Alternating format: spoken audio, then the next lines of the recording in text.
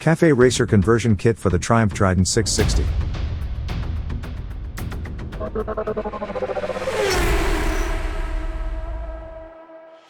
Welcome to the MOTORCYCLES.NEWS. Do not forget to subscribe to the channel to get the most important motorcycle news every day. The custom shop Arton Works from Rome is currently working on a conversion kit for the newly introduced Triumph Trident. Strictly speaking, even two versions are to be offered. The finished kit, which is currently referred to as Project Neptune, is to be optimally adapted to the Trident and easy to assemble without any modifications or adjustment work. The plug-and-play kit is made of carbon and fiberglass. The two fairing variants S and R do not differ greatly. S is the basic version.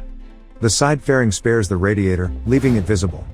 With the additional R fairing, the radiator is also hidden from view on the side. Otherwise, the R version also comes with a seat cover. The kits are currently still under development. Price and time of availability are therefore not yet fixed. It is even possible that more variants will follow. On the site of Arton Works is currently running a survey.